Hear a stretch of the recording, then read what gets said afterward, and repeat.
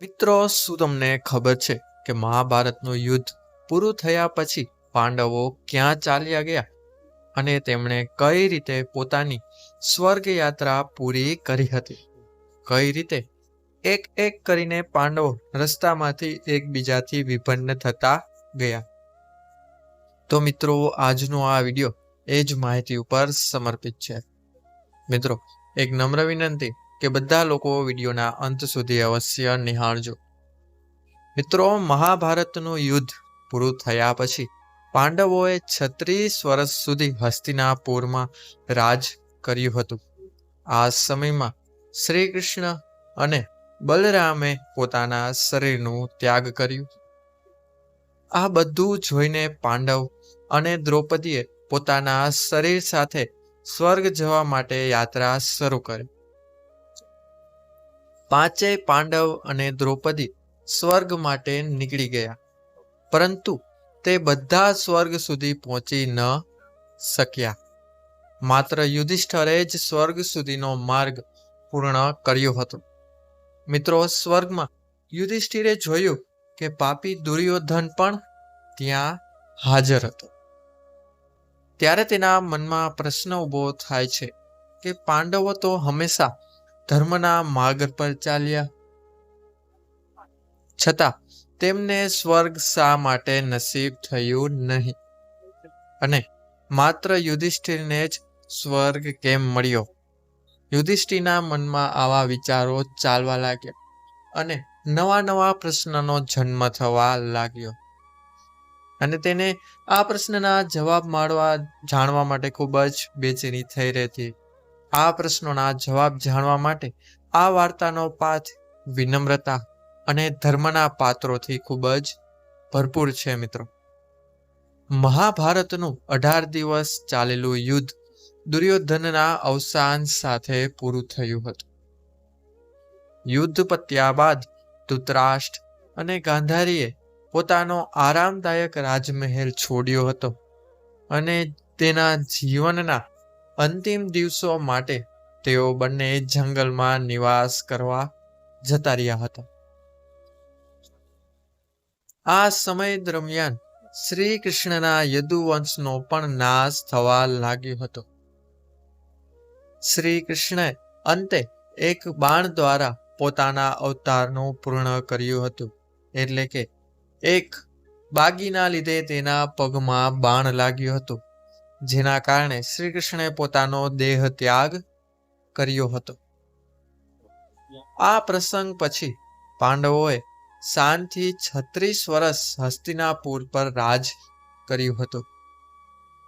તેઓને સમજાયું કે ધરતી પર તેમનું કામ પૂરું થઈ ગયું છે. અભિમન્યુના પુત્ર પરીક્ષિતને હસ્તિનાપુરના નવા રાજા તરીકે ઘોષિત કરીને પાંડવો દ્રૌપદી સાથે સ્વર્ગ યાત્રા પર નીકળી ગયા હતા.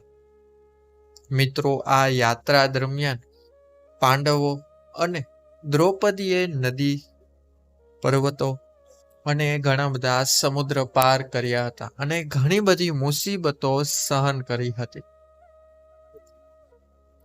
મિત્રો, પાંડવો અને દ્રૌપદી જેમ જેમ યાત્રામાં આગળ વધતા ગયા, દ્રૌપદી અને પાંડવ એક પછી એક પડી ગયા અને એક પછી એક એકબીજાથી વિભિન્ન થતા ગયા. યુધિષ્ઠિરે આ બધા માટેના કારણો પણ સ્પષ્ટ કર્યા. મિત્રો, દ્રૌપદીનો જાળવાયેલો પ્રેમ એકમાત્ર અર્જુન માટે હતો, જે તેના પતનનું કારણ બન્યું હતું. મિત્રો, સહદેવને તેની જ્ઞાન પર ઘમંડ હતો, જ્યારે નકુલને પોતાના રૂપ પર અહંકાર હતો, જ્યારે અર્જુનને પોતાના પરાક્રમ પર વધુ વિશ્વાસ હતો, અને ભીમને પોતાના પોષણ અને શક્તિનું અભિમાન હતું. આ બધા વિકારોના લીધે બધા પાંડવો એક બાદ એક વિભિન્ન થઈને છૂટા પડી ગયા અને સ્વર્ગ સુધીની યાત્રા પૂર્ણ કરી શક્યા નહીં. અંતે યુધિષ્ઠિર અને એક વફાદાર પુત્રો જ સ્વર્ગ સુધી પહોંચ્યા. ત્યાં દેવરાજ ઇન્દ્રએ યમરાજ રૂપે આવેલા કૂતરાને સ્વર્ગમાં પ્રવેશવાની ના પાડી, પરંતુ યુધિષ્ઠિરે કૂતરાને સાથે લાવવા માંગ કરી.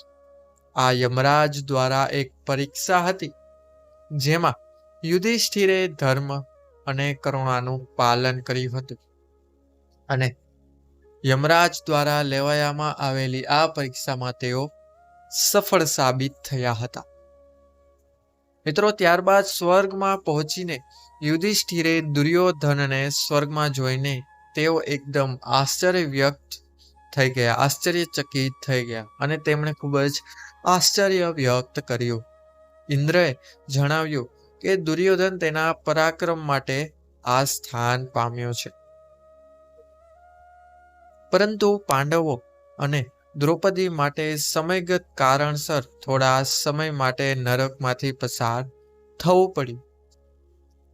અંતે પાંડવો અને દ્રૌપદી તેમના પવિત્ર સ્વરૂપમાં સ્વર્ગમાં સામેલ થઈ ગયા, અને 5 પાંડવો અને દ્રૌપદી ફરીવાર તે જગ્યા એટલે કે સ્વર્ગમાં ભેગા થઈ ગયા.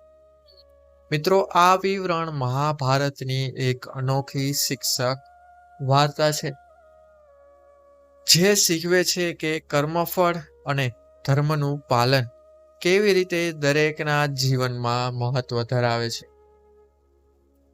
કર્મ જ મહત્વનું છે, અને કર્મ એ જ મનુષ્યનું નામ પ્રસિદ્ધ કરે છે.